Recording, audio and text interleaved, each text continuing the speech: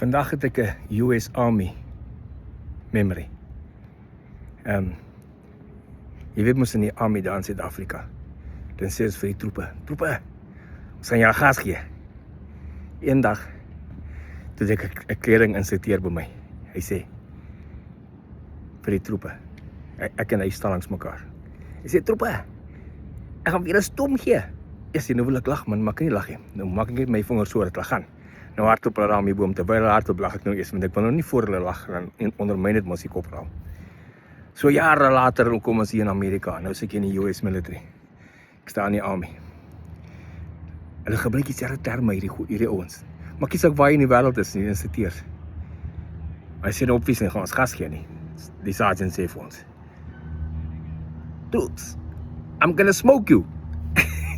Hier bars ek uit van die lag, want ek dink terug aan daai tyd van, toe hy kopraal gesê het, ek gee julle stoom gee. Hy sê, I'm gonna smoke you, but hy is ernstig hierdie drill sergeant.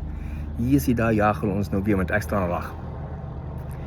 Maar hulle het iets nie lekker agtergekom, hulle het nie verstaan, hoekom is hierdie ou man tussen die jong manne nie. Jy weet, ek is al 41 gewees. Al die ander laities is 17 en 18. Oudste ou wat is 23, maar daar is net 2 van hulle, die res is 17 en 18. Eendag kom die drill sergeant by my, hy kry my een kant, hy sê vir my, Botha, who planted you here?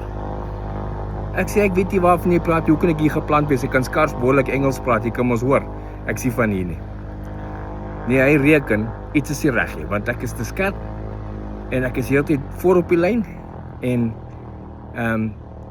ek is te kwaai gediscipline, ek is te reg op en te goed, en ek is hardloop voor, en iets is nie reg nie.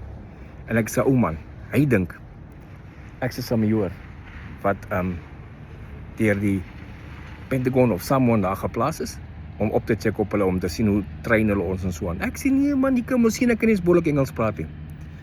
Later moet ons vorms invul.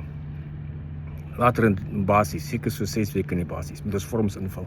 Daar sê hulle op die vorm, het jy enige prior military? Nou wil ek mos nie lieg nie, nou voel ek maar in prior military, en wat het is. My maat, toe hy sy son my vorm vat en hy lees dit, toe kak hy my uit. Toe sê, nou gaan ek jou gas gee, nee, wat hy gesê het, now I'm gonna smoke you, want ek moet mos vir hulle gesê het, voor die tyd. Van toe af was my nickname Colonel Private, want ek was 'n private toe ek in die US Army ingaan, ek was oorbegin as 'n troep. So ek was 'n one-liner, noem hulle my, PFC, nee, just 'n one-liner. Nie 'n landskopperl nie, in Amerika as jy one-liner is jy nog 'n private first class. Roep hulle my, Colonel Private, kom hier, kom ek daar, nou smoke hulle ons almal oor my skuld, want ek nie vir hulle gesê het, ek was 'n kolonel gewees, in die SA lugwag. Dis my memory vir vandag, check hulle later.